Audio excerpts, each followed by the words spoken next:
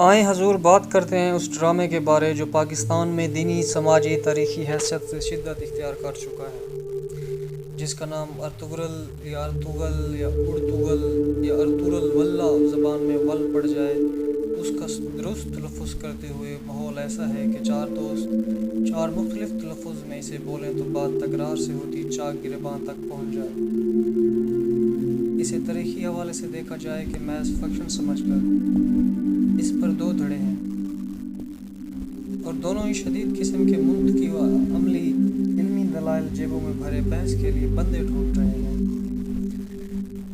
ایک ہجوم لکھتا ہے کہ اس ڈرامے نے 163 ملکوں کے میڈیا، قانون، عسکری و سویلین طاقتوں کو ہلا کر رکھ دیا ہے، تو مجھ جیسا اپنی حیرتوں کی تصدیق کے واسطے فوراً گوگل کرتا ہے تو معلوم ہوتا ہے کہ بات ٹھیک ہے، لیکن ملک تھوڑے کم کرو یار۔ یعنی یہ مڈل ایسٹ، سعودیہ ایشیا اور دیگر اسلامی ریاستوں میں نشر ہوا ہے، مگر اس کا کھڑکا محض ترکی اور پاکستان میں ہی سب سے زیادہ ہوا ہے۔ دوسرا ہجوم کہتا ہے اسے ایک خاص ایجنڈے کے تحت پھیلایا گیا، چونکہ یہ تاریخ کا حصہ ہے تو اپنے اکابرین کے نقش قدم پر چلتے ہوئے کچے ذہنوں میں تلوار اور میدان جنگ کی فینٹیسی کو ابھار کے سائنس اور جدید علوم سے گمراہ کرنے کی بہت ہی مہنگی کوشش ہے۔ نیوٹرل ذہن کے ساتھ اس شو کو دیکھنا شروع کیا۔ پہلی قسط کے شروعات میں ہی ہتھوڑیوں کے ضرب سے نئی تلوار کی تیاری کی جا رہی تھی۔ دوسرے دھڑے کی خاص ایجنڈوں میں بعد میں واقعی عقل والوں کے لیے نشانیاں ہیں۔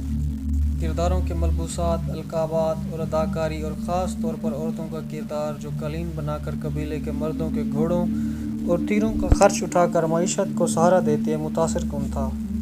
ساؤنڈ ٹریک نشہ آور قسم کی حد تک سننے میں لطف دیتا ہے۔ تکنیکی لحاظ سے کوئی متاثر کن پہلو نہیں۔ گیم آف تھرونز اور ریگنار میں تلوار بازی جنہوں نے دیکھ رکھی ہے وہ جانتے ہیں کہ تلواریں خون میں رنگی کیسی ہوتی ہیں۔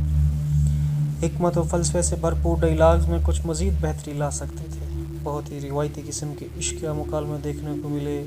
کیمرہ ورک کچھ خاص جگہوں پر کمال تھا۔ ہر کردار نے نپی تلی اداکاری کے منفی کرداروں میں سب اداکار مزاح خیز مکالموں کے ساتھ تھرڈ درجہ اداکاری کرتے نظر آئے۔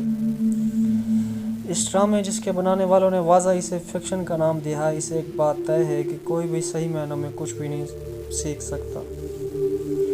ایک مزہ ہے، ٹائم پاس ہے، جو جتنا کر سکے کر لے۔ اب شو سے دین و اسلاف کی جرأت و بہادری کے قصوں سے جذبہ ایمانی میں حرارت پیدا کروانا ایسا ہی ہے جیسے گوگل سے دیکھ کر اوپن ہارٹ سرجری سیکھنا ہے۔ کیا ہمیں آج اس دور میں جہاں آرٹیفیشل انٹیلیجنس کے ذریعے روبوٹ کی تیاری پر ممالک میں دوڑ لگی ہے، جہاں انسانی دماغ نے سالوں پہلے گھوڑوں کو استقبال میں آزاد چھوڑ کر ہواؤں میں اڑنے کا سفر طے کیا، جہاں ہتھیاروں کو تلف کرنے پر احتجاج ہو رہے ہیں، وہاں 100 سال پرانی تاریخ دکھا کر سبق شہین بچوں کو دے رہے ہیں خاک بازی کا۔ ہم وہ معصوم قسم کی جاہل قوم کا ریوڑ ہیں جسے ہانکنے کے لیے چڑھاوا چاہیے ہی چاہیے۔ عقائد کی دیواروں میں قید ہمیں کسی مسیحا ہیرو کی کہانیاں سن کر اپنی فینٹیسی دنیا میں جینے کی عادت ہو گئی ہے۔ ہمیں جدید دنیا کے تقاضے کہاں سمجھ آنے۔ ہم وہ تھرڈ ورلڈ ہیں جسے ٹیکنالوجی چلانے میں تو مزہ آتا ہے، مگر وہ عوامل کیا ہیں جو اسے چلا رہے ہیں، ہمیں کیا لینا بنانے والوں جانے۔ ہم تو بہادر قوم ہیں اور ہماری قوم بہادری سیکھ رہی ہے، ہمارا ان چیزوں سے کوئی واسطہ نہیں۔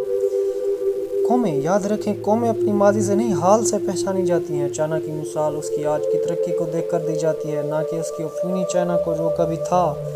تو ہم گزری بہادری کے قصے سنا کر آج کے جدید دور کے مشکلات اور چیلنجز اور تقاضوں سے جیت جائیں گے؟ ہرگز نہیں۔ اس ڈرامے کے تاریخی پہلوؤں پر کوئی ایک مستند رائے ہو تو اس کی منظر نگاری پر یقین آئے، مگر ہماری جذباتی قوم اس کے سبھی کرداروں کو ایکٹر نہیں حقیقت میں اپنا ہیرو مان چکی ہے۔ کہتے ہیں جب قلم کلمہ پڑھ لے تو سب سے پہلے تاریخ کافر ہوا کرتی ہے۔ تو اس وقت اس کے دیکھنے والوں کو آج یہودی بھی اسی 100 سال پرانے وقتوں کے یہودی لگ رہے ہوں گے، اور جو اکابر و بیدار ہوئی ہے اس کی منزل آسمان کی بجائے گھوڑے پہ بیٹھے تلوار لیے ان کے سر اڑانے میں ہی نظر آ رہی ہوگی۔ تو بھائی اس حوالے سے دیکھیں تو ڈرامہ اپنے مقصد میں کامیاب ہوا ہے، کوئی شک نہیں۔ ایک بات جان لیں، آج کے دور میں اگر قوموں کو جگا کر ترقی اور کامیابی کے راستے پر چلانا ہے تو حالیہ دور کے اس مشاہداتی و تجرباتی دنیا سے واقف کروانا ہوگا۔ 100 سال پرانے تاریخی، فیملی و جنگی ڈرامے کو اسکرین پر دکھانے سے قوم میں شعور بیداری اور کردار سازی کی امید لگانا سرابوں میں گھوڑے دوڑانے جیسا ہے۔